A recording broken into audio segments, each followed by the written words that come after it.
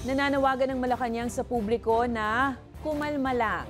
Yan ay matapos nga lumabas sa pinakahuling survey na maraming Pilipino ang nananawagan na panagutin ang mga tiwaling opisyal at kontratista sa umano'y ghost at substandard flood control projects. Batay sa pinakahuling Okta Research Survey, 68% ng mga respondent ang sumusuporta sa panawagan na panagutin ang mga sangkot sa anomalya, habang maraming grupo naman na nagtataka kung bakit wala pang naipakukulong. Ayon kay Palace Press Officer Claire Castro, dapat bigyan ng panahon ng Independent Commission for Infrastructure para tapusin ang kanilang gawain sa pangangalap ng ebidensya. Nangako naman ang ICI na maghahain ng kaso sa loob ng 4 na linggo mula nang ito'y buuin nitong buwan ng Oktubre. Kalma lang. Muli.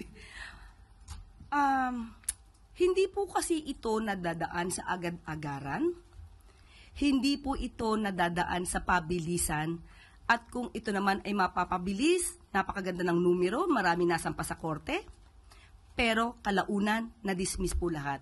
Ano po ba ang mas hindi nyo tatanggapin? Nakapagsampa ng maraming kaso, pero na-dismiss po lahat dahil hindi hinog at kulang ang ebidensya.